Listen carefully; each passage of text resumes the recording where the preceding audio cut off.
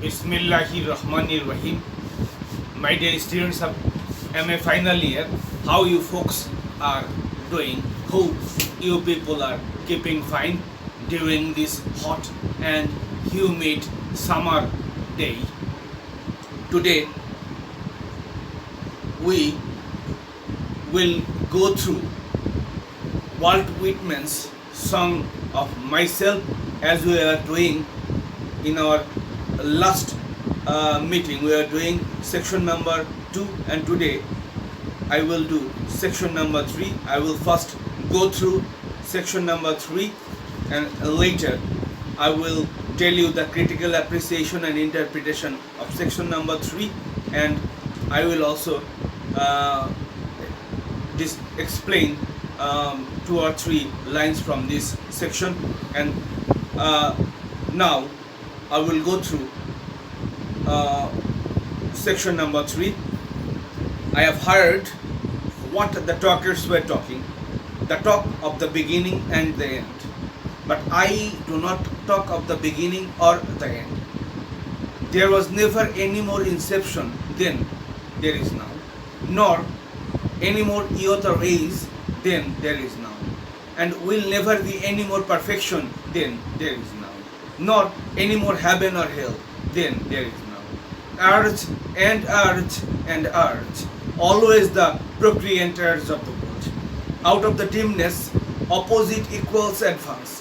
Always substance and increase, always sex. Always a need of identity, always distinction, always a breed of life. To elaborate is of no avail. Learned and unlearned feel that it is so. Sure as the most certain sure, plumb in the uprights, well entreat, braced in the beams, stout as a horse, affectionate, haughty, electric. I and this mystery here we stand. Clear and sweet is my soul, and clear and sweet is all that is not my soul. One lacks both, and the unseen is proved by the seen, till that becomes unseen and receives proof in its turn, showing the best and dividing it from the worst.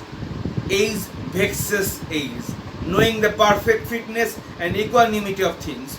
While they discuss, I am silent and go bathe, admire myself. Welcome is every organ and attribute of me, and of any man hearty clean. Not an inch, nor a particle of an inch is vile, and none shall be less familiar than the rest. I am satisfied, I see, dance, laugh, seeing.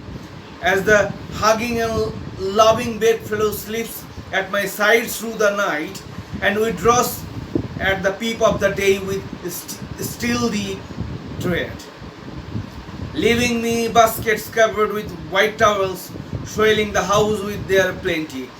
Shall I postpone my acceptation and realization and scream at my eyes that they turn from gazing after and down the road, and forthwith cipher and show me to a cent exactly the value of one and exactly the value of two, and which is ahead.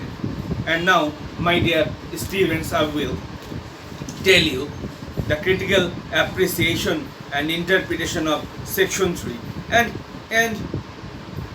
this is a wonderful poem, very wonderful poem.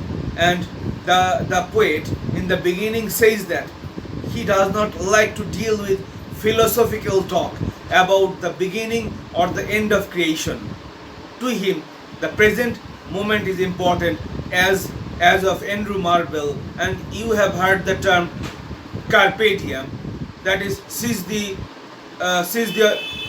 opportunity. That is, the poet believes in enjoying the present in all its splendor. That is, every moment is full of energy and full of vitality. Hell and heaven is what a man experiences in this world itself. Hence, he wants everyone to lead a healthy, useful, and jestful life. And the poet emphasizes in the present moment, and he tells us to enjoy the present to its entirety. Whitman, as Millers describes, identifies man with the fundamental generative forces in nature. In his sexual identity and experience, man may discover unity with nature, the life force that subterraneously invites all into one creative whole. The procreators of the world pervades the universe and the world of nature. He glorifies every part of his body. In other words, he sings of the body, the physical, and of the soul.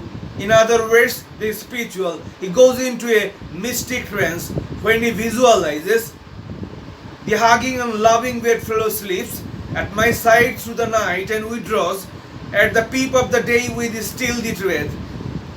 The line suggests the mating and then separation, which shows unity in diversity. It goes to show that every being has an individuality. The earth is in all, whether in the learned or the illiterate, in animals or in superior animals. He uses the sex symbol to suggest the divine mystery. The loving bedfellow is compared to God. The poet's encounter with the bedfellow is suggestive of his mystical encounter. The result is divine bliss.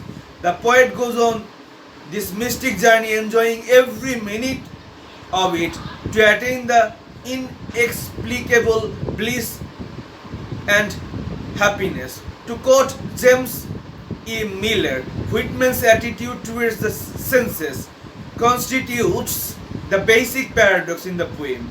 Whereas normally the mystical state is acknowledged only through a mortification of or escape from the senses, the poet of Songs of Myself asserts that it is through transfigured senses that he reaches mystical consciousness. Thus, the celebration of the body is another important facet of the I, protagonist of the poem. It will play countless variations on the body theme, develop it into a conscious program, and sing the body electric in the teeth of false moralities and prudish abstractions. The injunction of the traditional mystic for winning self from distractions of the senses is reversed, and the concepts of deprivation and desiccation are replaced by fullness and plenitude. The poet's sexual vision correlates his mystic vision, which results in the spiritual blending of the individual soul and the supreme soul.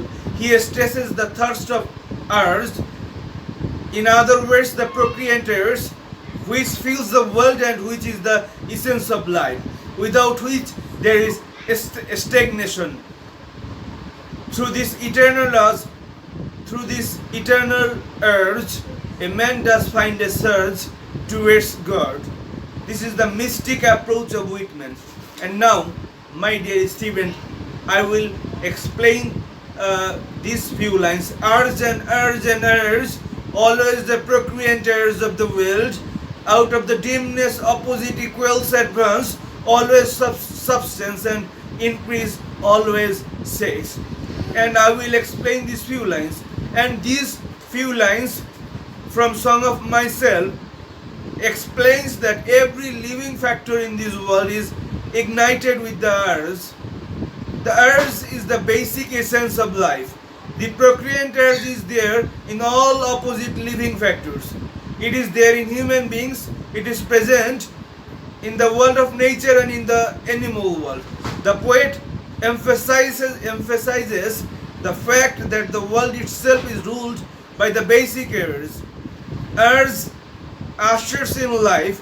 Whitman, being the poet of the body and of the soul, sings of the glory of the human being filled with the procreant urge.